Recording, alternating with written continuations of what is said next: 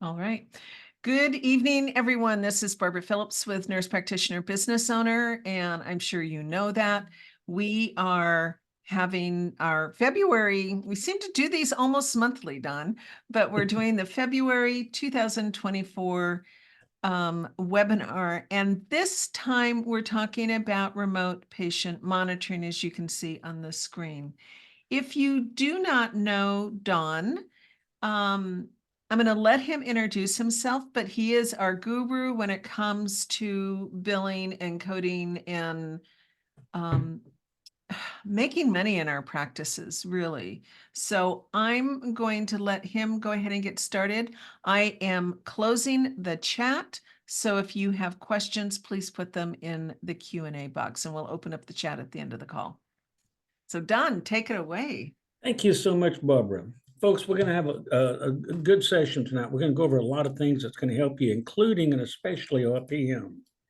I would like to make sure we have a disclaimer. Everybody understands. I am not an attorney. I don't pay one on TV, and I have no clinical experience other than, again, watching House on television. For 39 years now, I've been consulting with practices all over the country, giving expert testimony, written books, and so that's kind of what my background is. I want to start off with you and ask you, what do you think a provider's time is worth? You know, some practices I've heard them say, well, we can hire us this person or that person for $115 an hour. Well, family physicians are average, they should be making about $505 per hour, internal medicine about $505 per hour. And nurse practitioners, y'all should be making about $360 for every hour you're working if we're working smart and we're doing what it is Medicare and the other carriers want us to do. And I know that's what some folks are not at that point yet, but that's why we're going to be going over some of the things we're doing tonight. But is this what you're getting right now? Are you getting that much, that much an hour? Or are you making as much money per year?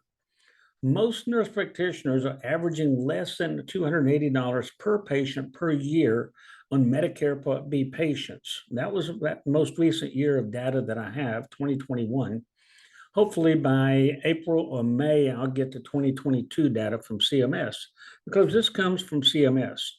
There's 162,569 nurse practitioners in the country. They were averaging $278. Now, what you may not realize is that Medicare patients are the most profitable of any patients you can see. If you've been on webinars before, you've heard me say that before. You say, okay, well, why are you bringing it up tonight?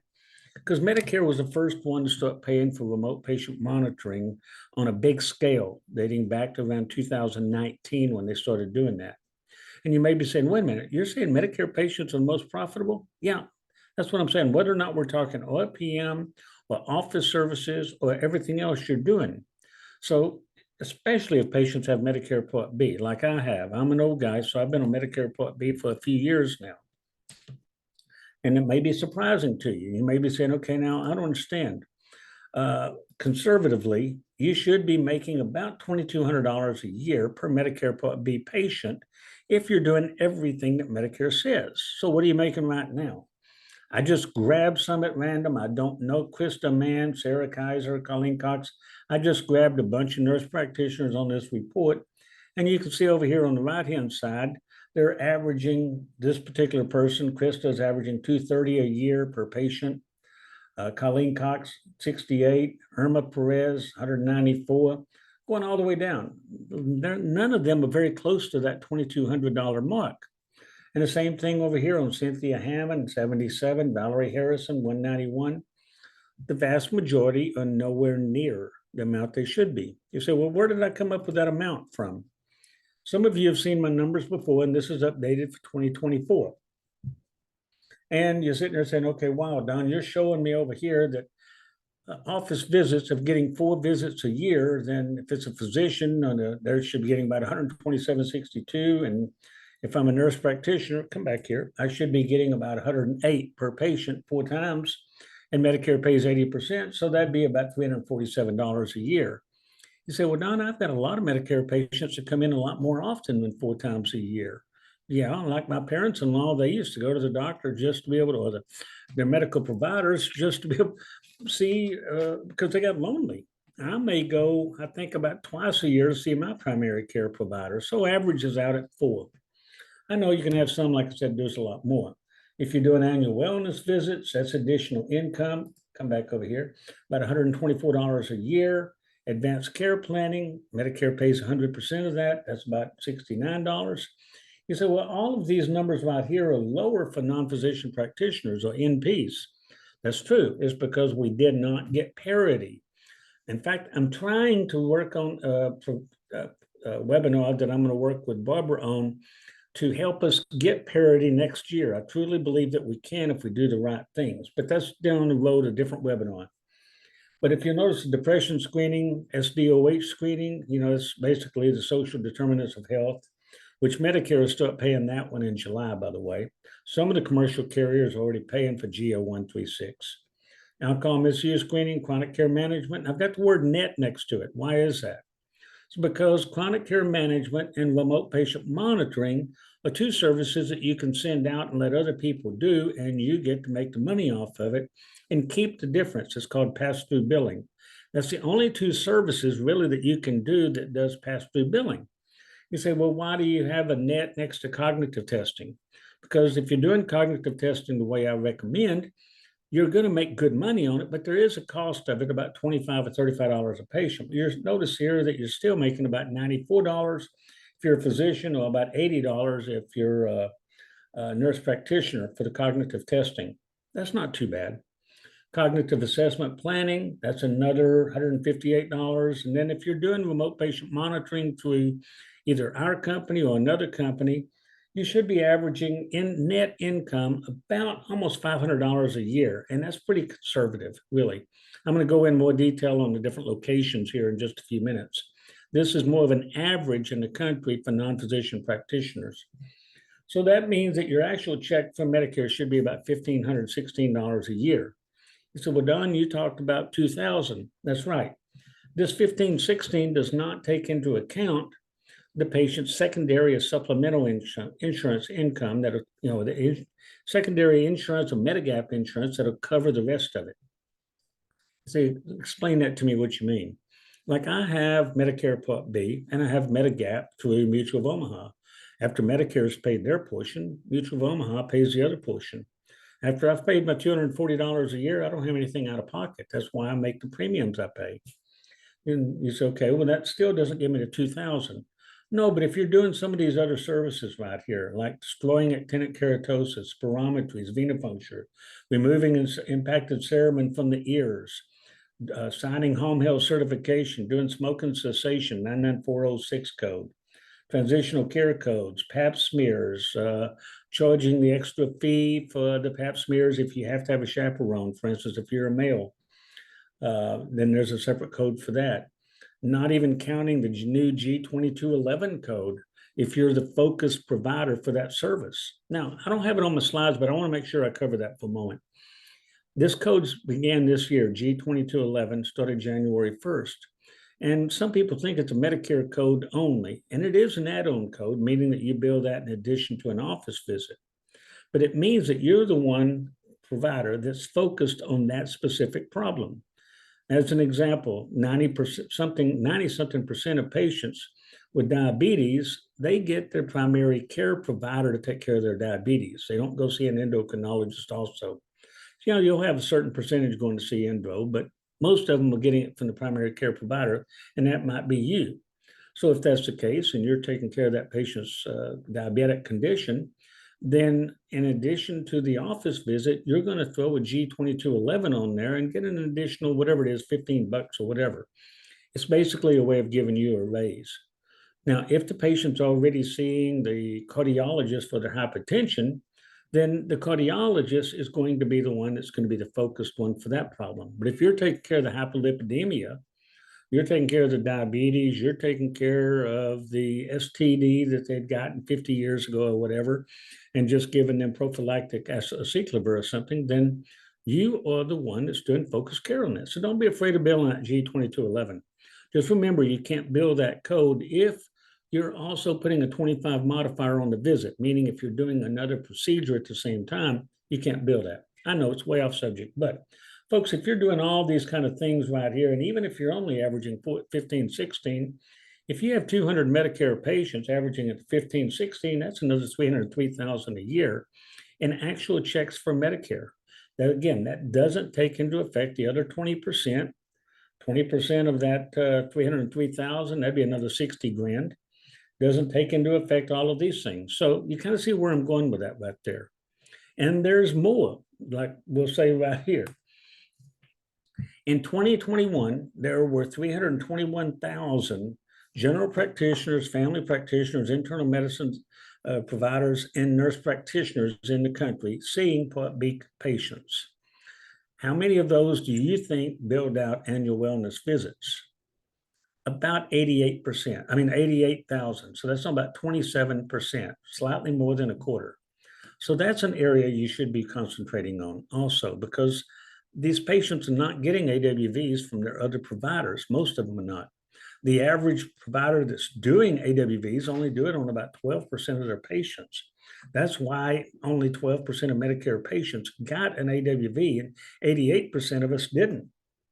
How many perform chronic care management? 9,000, or about 3% of those primary care providers did. So you should be doing that as well. Don't worry about, well, somebody else is doing it. They're probably not, as you can see by these numbers.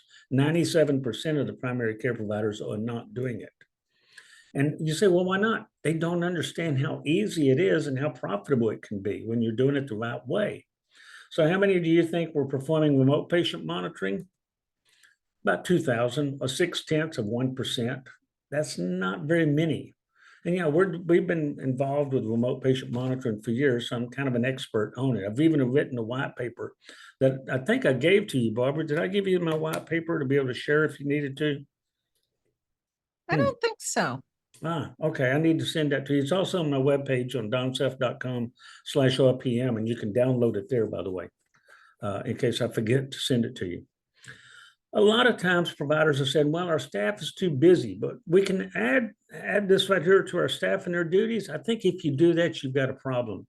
Your staff already is doing enough things. And if you're looking for something else to make them do it so that it's more better increasing profits, let them do services that have to be done in person, not something that can be done and jobbed out to another company.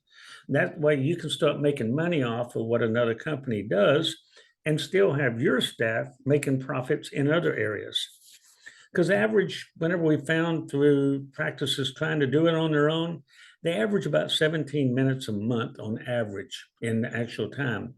And unfortunately, if you're not billing out at least 20 minutes, you can't bill out one of those codes. Joe, what did we average out last month? Was it 40 something minutes per patient? I don't even know yet. I haven't seen the final numbers. I think we were at 56 minutes. Wow, 56 minutes. Okay.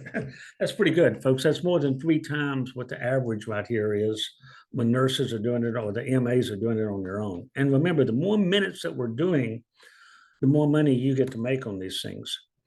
Medicare classified remote patient monitoring into the same category as chronic care management back in November of 2019 when they came out. And they did that so that you could job it out. Because like I said, there's only 2 services that you're allowed to job out. Well, about 94% of our clients have us do the monitoring for their patients. So that way their staff doesn't have to.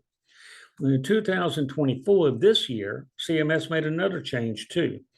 They now classified for remote, for rural health clinics and FQHCs that they can also job out the chronic remote patient monitoring and get paid on it. And it's very profitable for them as well. So if you have nurse practitioners that have ownership in a remote RHC, let them know that RPM is not just for fee-for-service anymore. Starting this year, they can get paid for it. Question comes up quite often because you have everybody knocking on your door trying to convince you, hey, I've got this Apple Watch right here, and we can give you this watch right here and use it as an RPM device.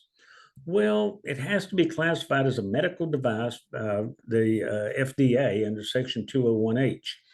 And if it's not, then they really can't. I've looked at doing the watches because I like the idea of using watches to be able to go ahead and run physiologics. So then I'm not dependent upon the patients doing it themselves, which reduces compliance if the patient has to manually do something like take their blood pressure.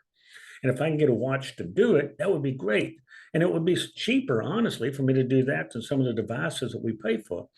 But unfortunately, it's still not meeting the medical device guidelines. So be careful if folks come in. And I know sometimes they'll walk in and say, our attorney says this is legal. We can use the watches or we can do that.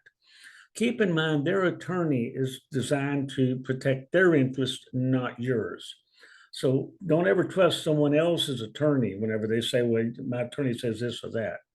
So what kind of devices do we use? We have different ones, like our little blood pressure monitor right here is Bluetooth enabled. This is the size of it right here. This is the one I use for my blood pressure, taking it. And whenever I take my blood pressure, I just push a button on here. It then does the blood pressure, inflates, transmits the data, turns itself off. Then it'll remind me I'm about to connect to your phone, so it reminds me to make sure I turn my phone app onto that, so that way it'll transmit, receive it, and send it on out. The glucose monitor is the same way, but it's small and it fits in a purse pocket pretty easily. And again, that one works off of Bluetooth. The scales and we have scales also, which I don't even show those on here. Those work off of Bluetooth, and so does the pulse oximeter. The one down here on the bottom right that says blood pressure SIM enabled does blood pressure and glucose both. That's the one my wife uses. She'll check her blood pressure with it. It transmits the data, turns itself off. Then she'll poke herself, touch it to the top of the machine up there where the little strip goes in. It'll check out her glucose, transmits the data, turns itself off. All the data goes into a HIPAA protected portal that you, the provider, and your staff have full access to 24/7. Our staff are the ones that are usually monitoring the patient for you, so you don't have to. And remember, that's all our staff does. So it's not like that we're trying to take them away from something else. That's all they do. And they get to know your patients. And that's pretty important right there, because your patients learn to trust us. Now, some patients are going to lie about their numbers. I watched my father do that on his own blood pressure numbers. On top of that, by doing these kind of monitoring, you're going to find that we have improved medication compliance and decreased A1C levels, according to a study I'm going to show you a little bit later. And it can really make a big difference in patient care. That study was called the CLASS study, and it showed a 38% reduction in initial hospital admits, 25% reduction on emergency room visits, and 25% on reduced hospital readmits. And that's something that makes ACOs happy. That makes something that makes the patients happy. Obviously, if the patients can stay out of the hospital, then we're doing a better job for them. And we're saving the patients money. And the insurance companies recognize that as well. That they'd much rather pay you $100 or something instead of paying for one $17,000 or $28,000 hospital stay. You have 4 CPT codes. We've had 3 of these codes since the beginning, since the inception in 2019, and one that was added in 2020. 99453 is for setting up the patient and training them on it. The average Medicare allowed amount for non-physician practitioners or nurse practitioners is about $16.42. Now that's kind of a wash for you. And it means, what do you mean a wash? It means that we're going to charge you $16 because we're going to be the ones that set up the patient for you. Now, there may be some places in the country as a nurse practitioner that is slightly less than $16. Well, if we find that your Medicare allowed amount is only $14 or $15, we reduce our fee to that to you. And I know it's not something that Joe is our director of operations. He doesn't like me to lower it, but we have a little bit of latitude. We can lower that in there. And he wants to make sure what's best for you as well. 99454 is for providing the equipment to the patients. And we provide the equipment to you. They go on your shelf, and then you will be the one that will hand them to the patient. Then when you hand them to the patient, your staff will fill out a short little form, about a paragraph, small, about a half a paragraph, really. The patient's name, their phone number, their contact information, the account number in your practice management system, and the patient signs it saying, I agree, I'll be careful with this. I agree, I'm also going to be testing every day with it. And because of that, you're going to be able to make about $42.87 is the Medicare allowed amount for a nurse practitioner. 99457 is for our staff spending at least 20 minutes in a calendar month, checking the numbers, contacting the patient because there has to be an interactive communication with the patient, sending the information to you, reaching out to your staff. And you sit there and say, well, what do you mean reaching out to us? Every time the patient's numbers are too high, like the other day, I was at a convention and my numbers showed, I think it was 192 over 121 on my blood pressure. That caused an automatic alert to go out. It escalated because it was above what my cardiologist likes. And she's given us the guideline of what she wants. And just like every one of our clients do, you'll tell us what's high and what's low and when you want to be notified. So automatically our system's going to send you an email. And if you have HIPAA protected email, it'll have the data in there. If you don't have HIPAA protected email, it's going to ask you to log in to the portal, which where you put in your password, and you will be notified at that point. And this happens 24/7 because it's an automatic alert. There'll be other times that our staff will reach out to your staff or reach out to you based off of some guidelines you've asked us to do. All of that time counts towards a 99457. 99458 is each additional 20 minutes. And Medicare increased that this last July to 3 units, meaning you can bill out 99458 3 times. You say, well, what would be a 99454, 57, and a 58? Well, that would be the patient testing 16 days in a month and us getting at least 30.1 minutes of time on that. You said, but I thought 99458 was an additional 20 minutes. It's also considered to be a midpoint code. So once we've patched the midpoint, you can bill it. You said, well, what if you end up getting more than, I don't know, 50 minutes? Well, then you'd have 2 99458s. And I think Joe said we averaged 56 minutes last month. So that would be 2 99458s. So it gets to be kind of profitable here for you. Remember, 99453 and 54 do require at least 16 days of transmission. That meant that you have stressed to the patient not only that they have to test every day, but why they need to test every day. Because if you don't explain it to the patient, they're not going to test every day. They're going to think, oh, my numbers are cool, I don't have to worry about it. But when you explain, look, I need to catch this at an early enough stage before your blood sugar gets out of control, or an early enough stage whenever your blood pressure is going up or going down. And occasionally that happens. I remember when I took my last, and that will be the last COVID vaccine I ever get, it dropped my blood pressure down to 59 over 32. That was kind of dangerous. That's why they rushed me into trauma. So we're going to need to be watching just not only when they go up, but when they go down as well. So are these the averages right here? Yeah, but there's going to average difference depending on also what city you're in. Like in Anchorage, if it's 199,458 with a 57, 54, you're going to make about $138. And if you get 2, that'd be $180.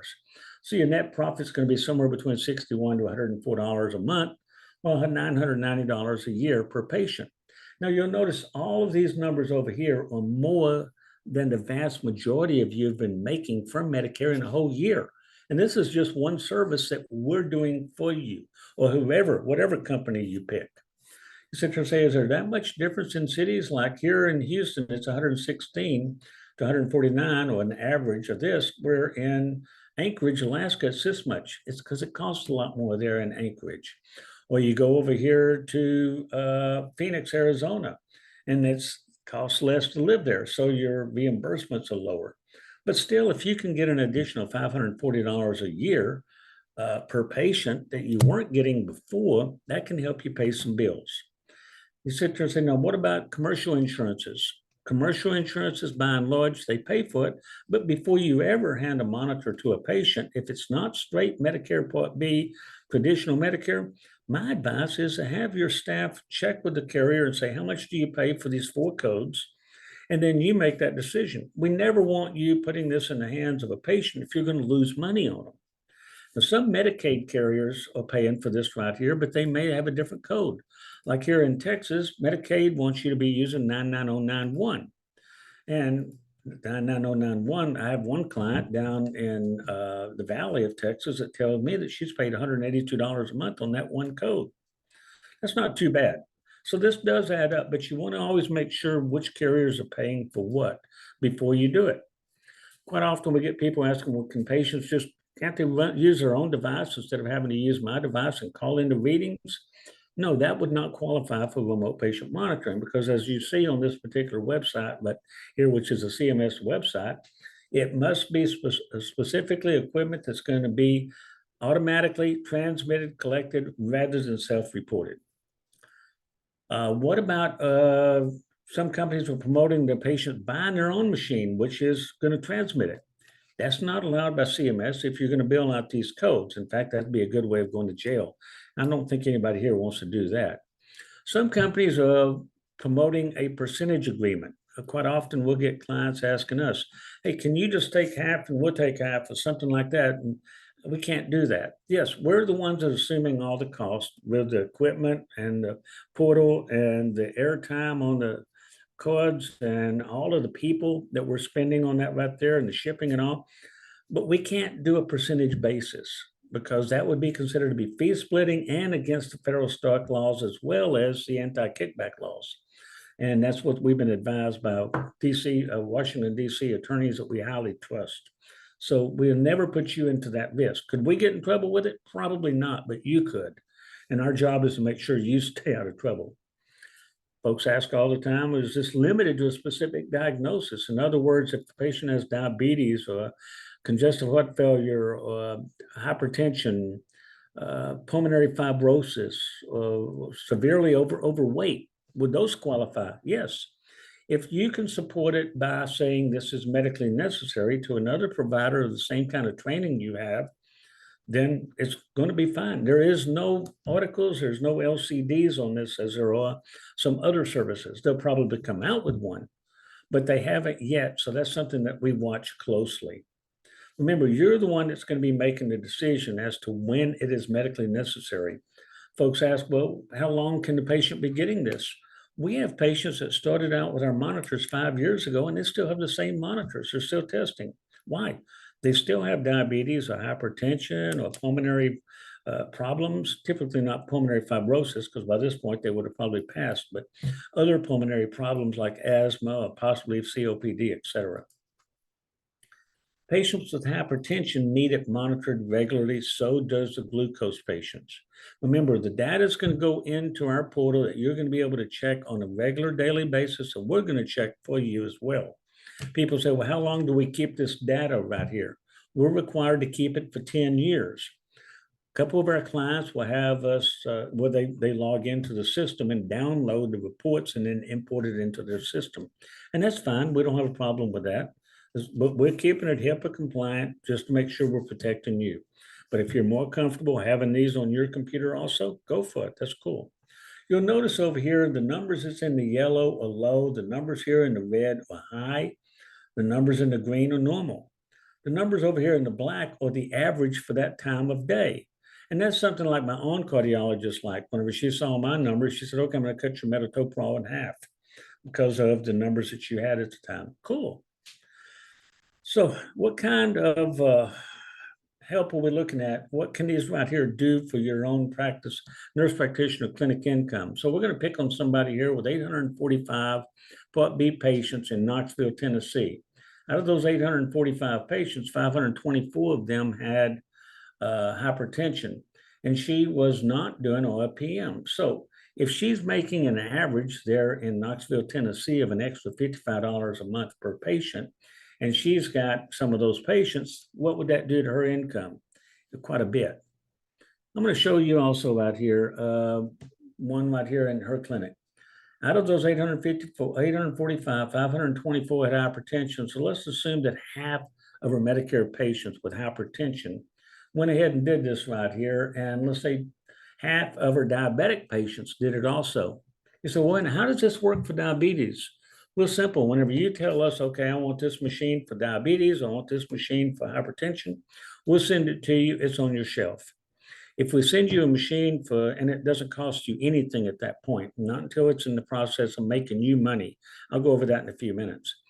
But it's sitting on your shelf, and then a patient comes in with diabetes, and you say, I want you to take this home. We've also included 3 months worth of glucose supplies, and there's not an extra charge. It's part of what we do. And then in 3 months, we expect you to bring that patient back into your office. So, or if you're doing home visits, like a lot of our clients, when you go out to see them, carry additional supplies for their glucose and everything that we're sending you. That's all part of the cost. There's no separate charge for that right there for the normal use of it. And by bringing them into the office, you're not only generating an office visit there, but you're also being able to do an A1C on that patient because Medicare expects full A1Cs a year on controlled diabetics. Same thing, they expect you out here to be taking care of these patients. And that way you're going to go ahead and be able to bill out for the A1C, the office visit, and then hand them their supplies. Patients like it, so that way they're not having to go to the pharmacy to pick it up or buy it themselves because there's no extra charge for them to be able to use the diabetic equipment than it is as the blood pressure equipment. So if you're doing, again, 262 patients, it's not a lot of money, but it's an extra $8,000 a month on the hypertension side and about $3,000 over here. So overall, you're looking at about $106,000 a year. You say, well, why don't I just add these things together? It's because 77% of diabetics have hypertension, and Medicare is not going to pay you for the 2 devices. So you're only going to pay you once, no matter how many devices the patient has or how many problems the patient has. That's an extra way to make $100,000. Not bad. Remember, she only averaged $96 a year per Medicare B patient 3 years ago, and now we're talking about increasing her income a lot more than that. It does make a difference. That's another $371 a year per patient.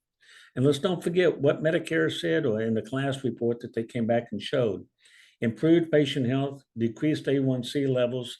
So that's a good reason to do it, even if you were just to break even, okay? So what's involved that you're going to be doing as a nurse practitioner? You sign an agreement. It's a month-to-month agreement. There's no long-term commitment. So we got to make sure you stay happy. Because if you're not happy, you're going to fire us. So that doesn't do us any good or your patients any good. So we want to make sure you stay happy. I want you to prepare a list. I tell my providers typically, I say, make a list of about 30 patients you can think of before we get you all set up and trained that you want to get onto the system. And I say that so that you don't just have 1 or 2 patients in there and then you get busy doing everything else and you're not really doing what you intended. So that's why we say 30 patients. Looking for the ones with hypertension, diabetes, congestive heart failure so that you can monitor their daily water weight, pulmonary issues, even severely obese patients, or what they call it, morbidly obese, etc. We'll give you a protocol sheet to fill out, letting us know what your wishes are as for notification. When do you want us to notify you and notify your staff? And as patients come in, you basically explain why LPM can improve and save their lives. That's what your job would be. Then you have your nurse or the MA hand the patient the appropriate monitor, because again, you have them on your shelf. What if the patient loses the monitors? The patient will agree to pay a $100 device fee in the event that they damage or they lose a monitor. Of course, we have warranties on every one of them, so we're not worried about the normal wear and tear. And we have less than 1 patient a month across the country that's charged a fee. In fact, I'm trying to remember, Joe, when's the last time we billed a patient for one of the devices? Was it in Amarillo whenever they moved, or was it Dr. Pruitt whenever they had the tornado come through? It's been a while. I think. It's rare. I mean, it happens from time to time, but it's rare. For clarification on that, the clinic would actually bill the patient for that $100, and then the company would bill the clinic that $100. Exactly. But I can't think of more than 2 instances myself. But then I haven't been involved with it all of the daily processes. So what about your staff? What your staff's going to be doing? As they animal monitor, they're going to record the serial number on the registration page. And we even make that easy for them. We got little stickers on each monitor. They pull it off the box and stick it on the registration page. They note the patient's name and account number, obtain 2 phone numbers on the patient if they have to, or 1 for the patient, 1 on a family member, because if we can't reach the patient, we'd like to have 1 for a family member. A lot of our clients will give us login access into their eClinicalWorks or Athena or whatever program they're using, so that if we have additional need to be able to reach that patient, we can log in there and see if there's a new phone number or something on them. And you explain to the patient they're going to be called, and then Jasmine is probably going to be calling them, or one of our other personnel will be calling them today or tomorrow. and reminding the patient who we are. This is what we're doing. We walk them through how to do the test. They do a test, and then we're going to be watching it on our side to make sure it comes through. And we get to know your patients, and your patients, more importantly, get to know us too. That way, they kind of look forward to our call. And that's how the entire system works as far as your staff goes. So your staff's not spending a lot of time on it. You're doing the billing. I don't allow anybody, and no matter what you're doing, I don't want anybody else doing your billing but you or your own billing agency. I believe that there's real inherent problems. And occasionally you'll have somebody come in and say, hey, we're going to provide ultrasound services to you, but we'll do the billing and then you'll get paid for it and then you'll give us half. I don't like that. I don't want anybody else doing your billing, because if they do any kind of fraud, they make a mistake, you're the one responsible for it. So be careful. About the 3rd to the 5th of each month, you and your biller will be sent an Excel spreadsheet. Joe sends those out typically by about the 4th or the 5th on every month for the previous month, showing you what CPT codes. Like this right here is a particular client who's a nurse practitioner, by the way, in Grand Prairie, Texas. All we did is go in there and change the patient's names because of HIPAA. And notice that it'll show the system your account number in your eClinical, Athena, whatever it is. That way it matches up with your accounts receivable. And then it shows right here the patient's name, when they got the device, how many days they tested the previous month, how many minutes our staff spent. Some providers will have one or two of their staff contacting the patient occasionally if they need to remind the patient to test, even though we're calling to remind them to test, and they'll log in and count that time as well. And that's something that this particular provider does as well. She includes the time she spends calling the patients to talk to them about their blood pressure or glucose problems in here. Then you have whether or not we recommend you bill out a 99453, 54, 57, or how many 99458s. In fact, this particular report was run before July of last year, whenever they came out and started allowing 3 99458s. As this right here would have been 3 99458s there, and a couple of these would have been there, etc. Then it shows you whether or not we're billing you. Now, whenever I say whether or not we're billing you, we don't bill you on every patient. We only bill you on the patients you're able to bill. Like you'll notice over here, Abigail Van Buren, she only had 14 days, so you can't bill on 99454, but she did have 25 minutes, so you're able to bill out for that patient. But you go down here to Bruce Wayne. Bruce Wayne only had 8 days, and there shouldn't even be a 99453 there, by the way, that was a mistake. So, and there was less than 20 minutes, so you'll notice there's no 99454 and 99457, so we didn't bill. Yes, our staff did spend 19 minutes. Yes, we provided the equipment to them. Yes, we're paying the portal fee and the fees with T-Mobile, AT&T, or whatever for the SIM card in there. But we didn't bill them, because if you're not able to bill that patient for either a 54 or 57, like Kevin Costner right here, we don't bill you. And then we show you again how many total patients you get to bill, and we keep you happy. Because if we're making your billing manager happy, they're doing a good job, and well, you're paying us. That goes out to you about the 2nd or 3rd of each month, maybe the 4th. On about the 25th of the month, an electronic check will be issued from Chase Bank on the previous month's charges. That's how you pay us. That gives you about 3 weeks' time to get the claim in, to get paid. And we know that Medicare typically takes about 2 weeks to get paid. We understand how important cash flow is to your practice, so we want to make sure that we're staying on top of that for you as well. I know folks say, well, if the patient went to their deductible or something, or my billing staff didn't do it right, well, then you reach out to us and we'll try to help you work that out. But we can't not bill you for that, because that would be a violation of fee splitting laws. And again, we're going to make sure you stay out of trouble with all that. And that's why, again, we can't do the percentage basis, same thing. I mentioned it before. So we've had some patient on the program now. I need to update that. It's been more than 5 years, because we started this in the beginning of January of 2019.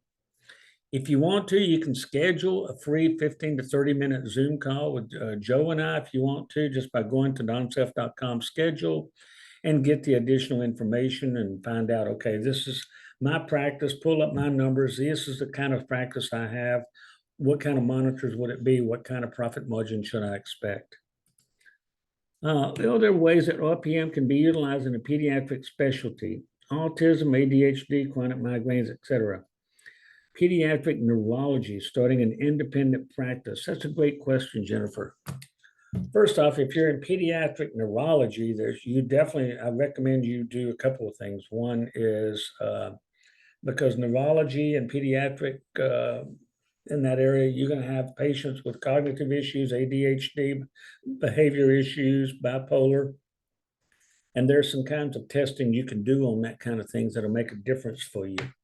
As far as neurology goes, you are probably doing like several of our mental health providers, and that is giving medications that could raise the blood pressure or drop the blood pressure. So we have some mental health providers that would fall into the same category as you do. If those patients you're giving the medication that can affect their blood pressure, et cetera, yeah, you definitely want to be doing RPM for them. Joe, can you think of another application for pediatric neurology? Or Barbara, either one? I can't specifically, but like you were saying earlier, there's no LCDs, there's no age limit for RPM. So if you have medical necessity, if you can use the information that you're seeing, if you can use the blood pressure trend over time to be able to adjust medication and legitimately use that, then and document it, then you can claim medical necessity on that. The only hiccup that you might run into with younger patients is, the compliance isn't necessarily always the greatest. Sometimes younger patients are like, oh, I don't need this, right? So that's just something that you would need to qualify that patient and make sure they're on board. That way you're not jumping into something that might cost you money if they're not compliant, then it's harder for you to make money. So that's kind of a big focus is, and this is with everything. This is for everyone with any RPM, is make sure that you communicate with your patients well enough on, hey, this is why I need you doing this, and I need you to test every single day. You can't tell them I need you to test every single day because I won't get paid if you don't, right? They're gonna go, yeah, screw you. I'm not doing that. So you gotta explain to them, and you legitimately have to believe it that, hey, I'm gonna use this information to look at it and give you better care. And if you'll do that, it really works out better that way. So I know that's a roundabout way of answering that question. It's the long form, but there you go. That's it. Lou's asking an interesting question there. Do I need to see the patient face to face to bill RPM, or is this separate? No, you don't have to see the patient in that month in order to bill RPM. You do need to have a care established with that patient. Now, prior to the end of the public health emergency, you could do it on a new patient without seeing the patient first at least once and establishing care.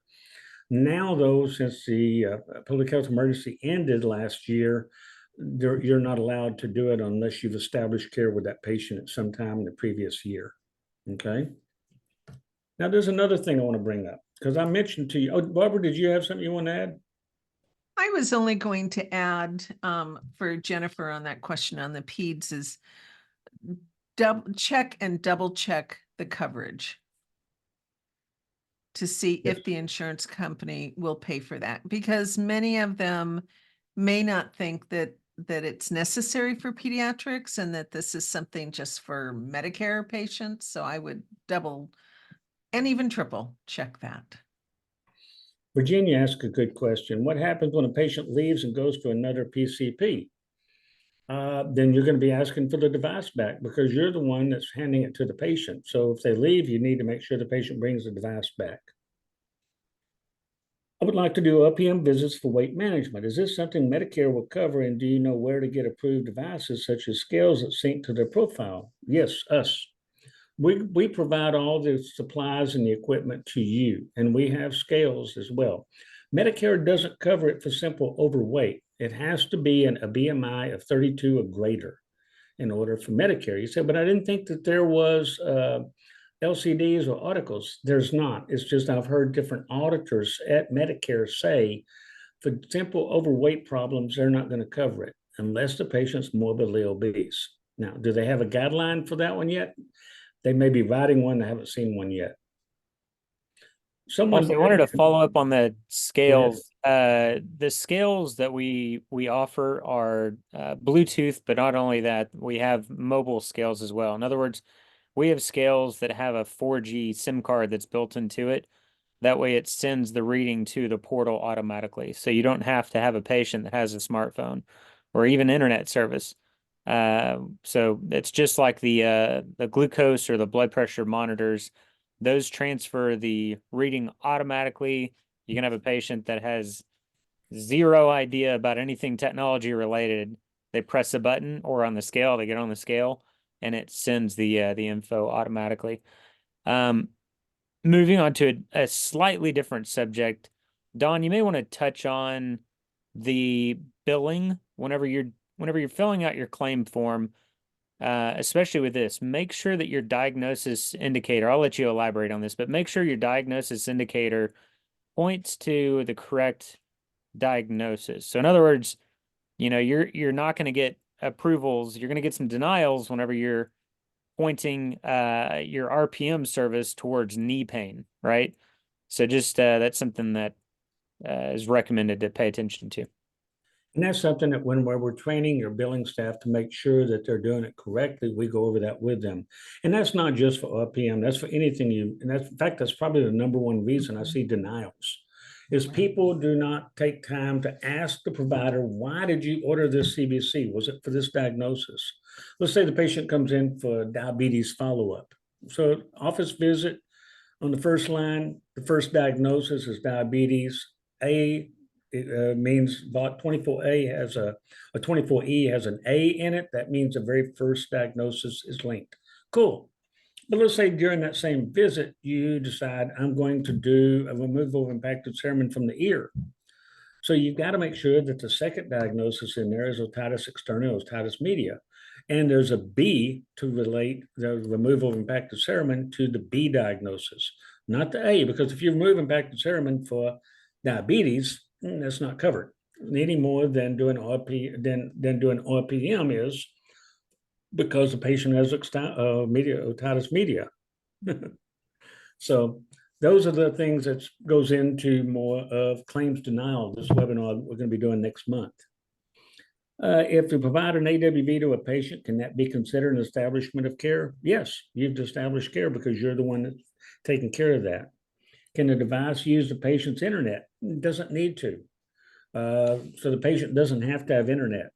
We have this right here set up based off of either a SIM card in there that transmits to T-Mobile, AT&T, or a smartphone that the patient has. So occasionally you may run across a patient who doesn't have a smartphone. They don't live within an AT&T or T-Mobile area. Like we have a client in Winsboro, Texas, that they have trouble getting some of their signals through because it's so rural of where the patients are. So in those cases, we may have a problem, but we will try our best to make it work before then. One of the things that we're going to be going over next month is how often you guys are getting lied to. You're being lied to by insurance company, third-party administrator, Medicare Part C plans, even Andy Griffith and Bill Shatner and Joe Namath and Kelsey Grammer and all these different people on TV promoting Medicare Part C plans to the patients. Sometimes it's well-meaning seminar leaders. And so we need to have a webinar on detecting lies that we're going to be doing next month, where we're going to be talking about when these carriers that come back and say any of these things right here, how to identify whether it's a lie and whether or not they can get away with it.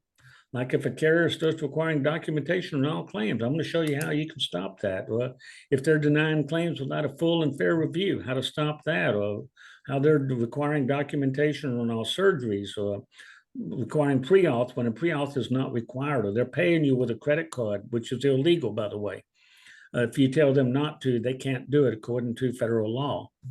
Or whenever Medicare Part C starts holding back 2% sequesters from you because Medicare Part B does, and Medicare C thinks they can, but they can't legally. Well, if you're getting carriers come back and denying something for timely filing, by the way, according to the PPACA, there is no such thing as timely filing. It's the patient's claim, and the patient has forever to get that claim paid. literally, regardless of what the patient's policy says, because the patient's policy cannot violate federal law. And those are the kind of things we're going to be talking about in great detail. So when we do that one next month, you may want to have your billing people sitting in or listening. Is that okay, Barbara? Yep. Okay. Can a patient take their blood pressure and pulse and text it to a secure portal as long as they do it once a month? They can do that, but you can't bill for it. That's not considered to be remote patient monitoring. Because again, that's relying on the patient being honest, and it's not using an automated system, which is what CMS and Medicare and the AMA on those codes require. So you can do it, but they can do that, give you information, but you can't bill out for it. Let's see what other questions we have here. That's been it so far. So if you guys have any questions, put them in. Is this what you were hoping for today, Barbara? Absolutely. Okay. Absolutely. There's been, all the different ways that clinicians can generate revenue for their practices while doing good patient care, obviously is something that we all need. And so I see questions about, the RPM, about, and I'm glad we're going to do this denial because some of those questions have been coming up, but also on, some of the cognitive testing, which you touched on a little bit, and maybe we can talk about that later in the year because there's a lot of people that are using those kinds of things. Sure. Yeah, and here's a question about psych recommendations. So, that comes up a lot. Yeah, I'll tell you, one of the biggest problems I'm finding on psych is practices billing out the 90833 and billing out for the office visit at the same time and not separating the documentation into the different time segments. Where if you're using time to arrive at the level of E&M visit or office visit, and you say, well, I spent a total of 40 minutes with the patient, and also in that time I included the psychiatric counseling or testing right here, I don't get to count it because you're trying to double dip that time. Where if you put in there, I spent 25 minutes or 22 minutes on the 90833, and then I had a separate 17 minutes on the office visit, then I can break it out and I can support you in an audit. Because keep in mind, the folks that's doing all of these audits on you, they don't care about you. All they care about is looking good to their own boss. And if they can nail you for some money, even if they lie to do so, many of them will do that. And by the way, whenever they lie to you to keep from paying a claim, you may not realize it, but that is a federal offense under Title 29, Section 1141, that calls for criminal and jail time penalties, incarceration and fines penalties. So that's something I'm going to be teaching you about on next month's webinar on how to stop them from doing that. How often do you have to monitor parameters, blood pressure, weight, etc., in order to be considered OPM? 16 times in a month, the patient must transmit 16 days. And it doesn't mean 4 times one day, 3 times the next day, and 5 times the next day hit 16. No, 16 days of transmissions of one or another. It can be blood pressure, or it can be glucose, or it can be scales, or weight, etc. Don, is that going to be both. 16 days consecutive, or can it be broken up? It can be broken up, just 16 days in a month. It can be multiple it can be multiple devices too. So we do have some patients. I know I've got a cardiologist in New York that has a lot of his patients on scales and the blood pressure devices. So that's completely possible. You're only going to get to bill 1,99457 or 1,99454. So how that works and kind of going along with the question that Jennifer was asking, how often? It's 16 days in the month. It doesn't matter if the month is 28, 29, 30, or 31 days. Okay. So what you could do is, let's just say, for instance, a patient takes their weight on the scale 10 days, and another 6 days they take their blood pressure with a blood pressure device. That's 16 days. You get to bill a 99454 at that point. Okay. So as it's the number of days acquired gets you the code, not necessarily how many devices. They could have 4 devices. As long as you get 16 days, then you're good to go on that. Now, the advantage of having multiple devices, if it's legitimate or if it's medically necessary, is you'll wind up getting more minutes out of that. So every single time a reading comes into our portal, our staff takes a look at that and they determine if it's normal or if it needs to be escalated. If it needs to be escalated, that gets escalated to you, the provider, and that counts as usually a couple minutes worth of time. And that counts towards the CPT codes that you can bill. Or if it's normal, it only counts for about a minute worth of activity. And that once again counts as billable CPT codes for you. So those accumulate over the course of the month. And then you'll get to, like you saw in that example report, you'll get to bill multiple units of, 99458, of course, your 99457. And then if they got that 16 days of testing, then you get that 99454 as well. Okay, I've been answering questions as you were talking about there on some of these that's written down. Somebody asked about 99441. Medicare is paying well for that. Since the end of the PHE, some commercial carriers are not. So on those patients, instead of using a regular telephone, you may want to have an audio video call. All carriers are still paying audio video calls, just like Medicare is. By the way, Medicare changed how they're paying for telehealth this year. Instead of using the way we were last year, place of service 11 and throwing a 95 modifier on there and billing an office visit, you'll use place of service 10 or place of service 02, depending on whether the patient's at home or whether the patient's in the hospital. And no modifier 95 is needed. You still have to identify, though, what method, what platform you did virtual audio on there, and make sure you specify on there.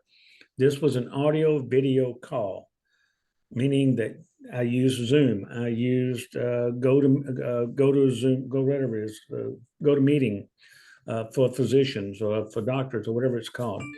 Make sure you put that on there, because I've seen some people come back. The carrier says, no, that right there, you didn't show that was audio video, so we're assuming it was a phone call only, so we're not going to pay for it. And then I just had to recently turn one of those cases over to a friend of mine who's an attorney and say, go get them.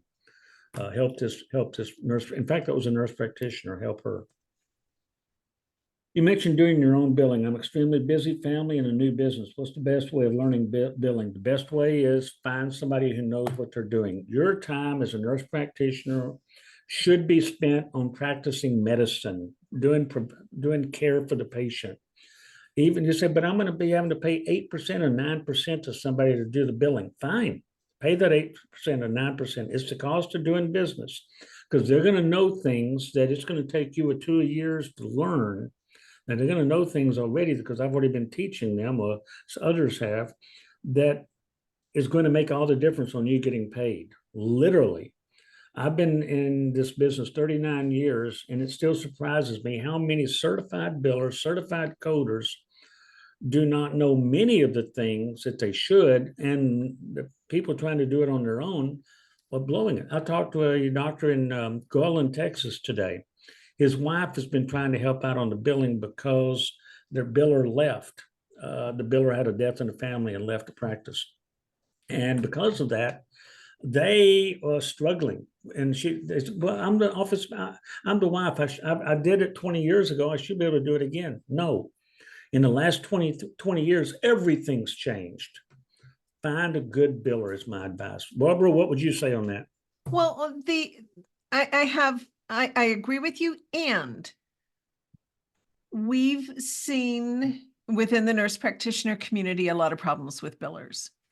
In part, I think some of that is because people are using services where they're charging 3 to 5%, and their billing is probably going to Pakistan or someplace else. Nothing against the people in Pakistan, but how much do they really understand the billing? In my experience, not at all. The Amen. other thing is, I think that every provider should have an idea about billing and what is involved, because I see a lot of misunderstanding that also then results in some problems between the biller and the provider. And, the other thing is you may be able to sit down and do that data entry, if you will, but the biggest problem comes in following up on those claims.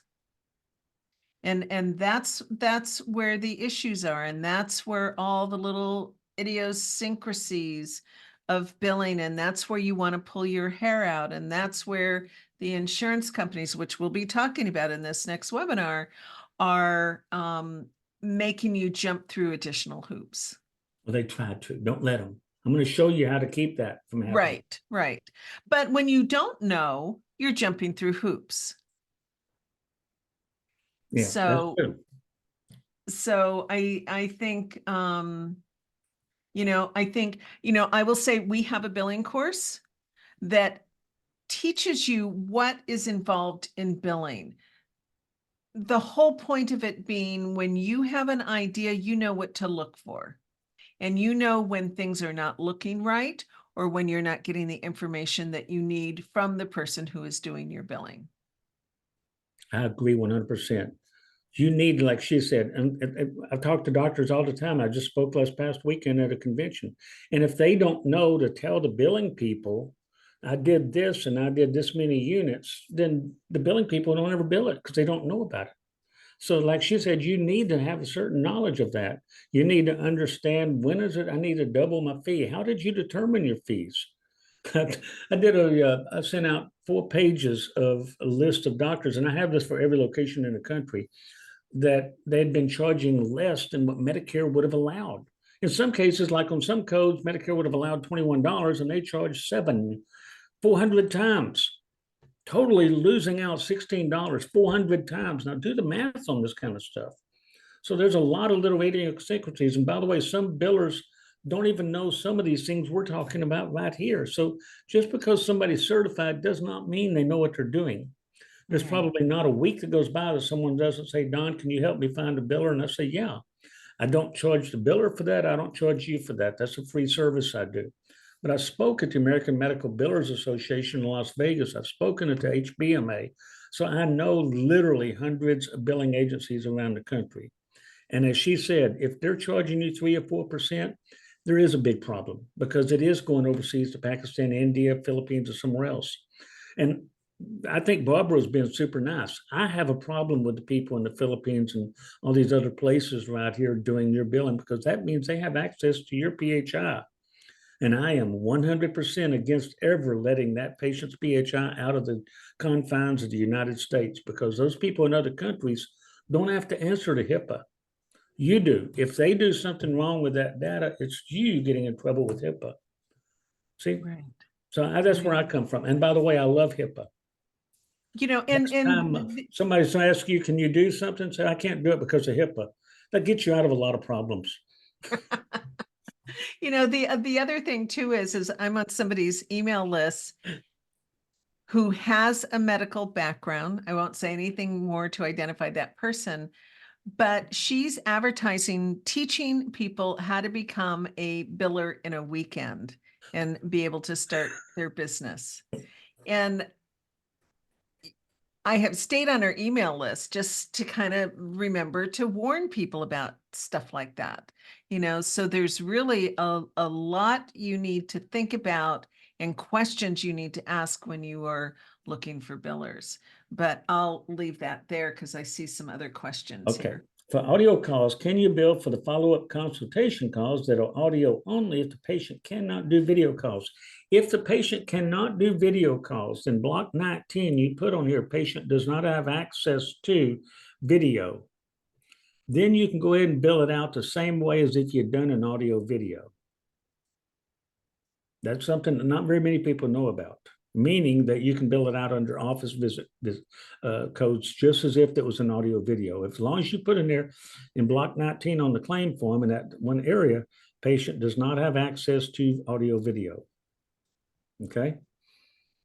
Hey, I wanted to circle back up to a topic that was brought up just a second ago related to billing. And this is something that I just wanted to clarify. And especially if you go into RPM services, if you get RPM services, make sure your biller knows this, because we've run into this before. These codes are something that you can bill every single month. In other words, you don't just bill them once and then stop.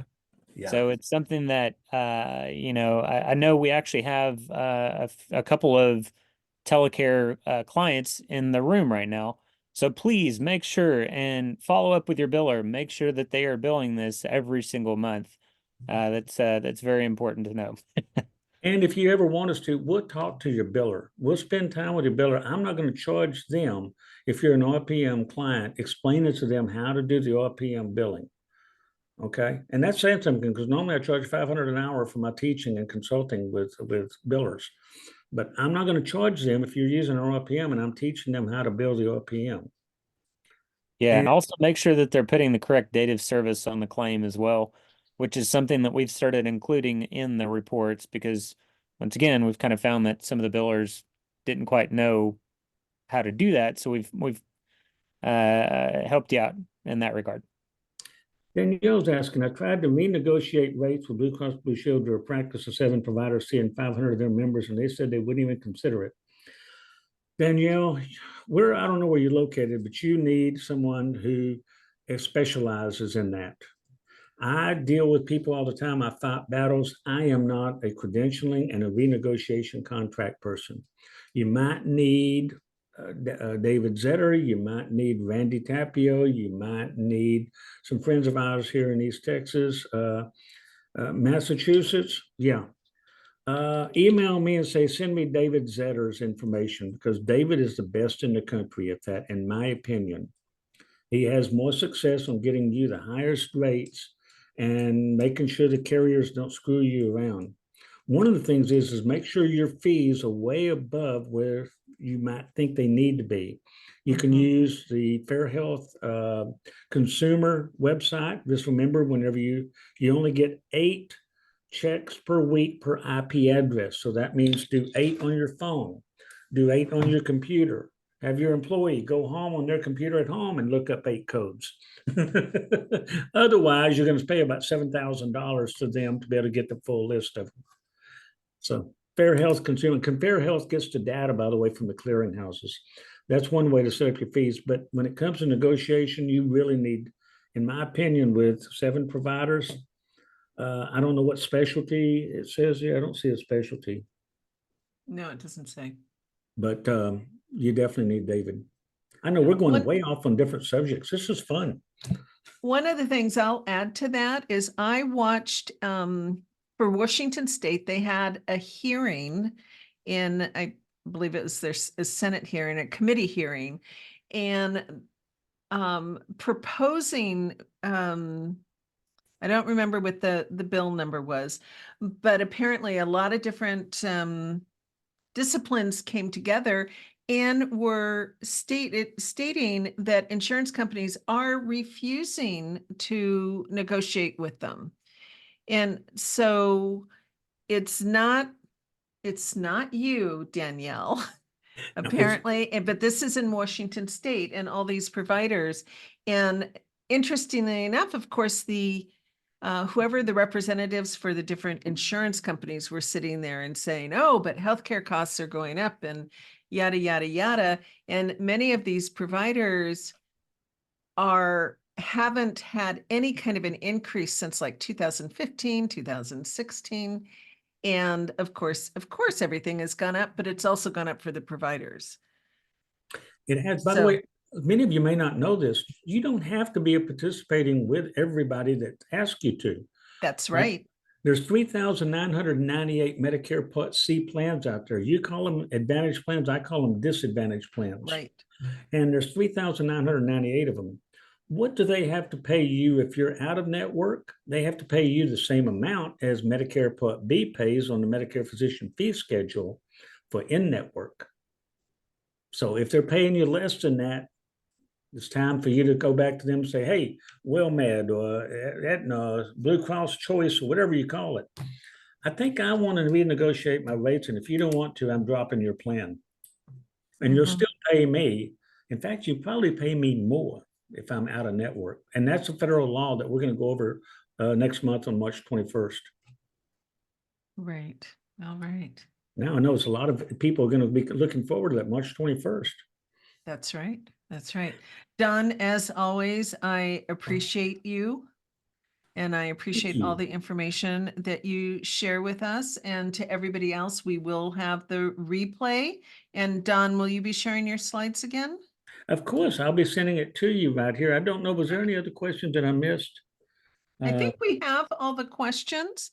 And Okay. I also have the white paper, so I'll be adding that in for people when we have the replay, so that everybody has everything.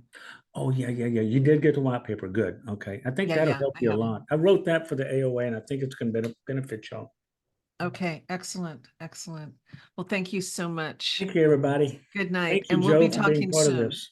Of course, if anybody has any questions that they didn't think of right now that they want to ask later on, Don's email is don@donself.com. Mine's joe@telecare-usa.com. We can help you out, answer the RPM questions, and anything you've got. Thank you, Joe. Thank you, Don. Thank you, Thank you. everyone who is here. Have a good evening. And by the way, go Chiefs. Amen. Come on. I don't know if you know it or not, folks, but she's in Missouri and we're in his Patrick's hometown, White House, Texas. This is where he grew up playing football here. So go Chiefs. That's right. All right. We'll see you next time. Bye-bye. Bye-bye. Bye.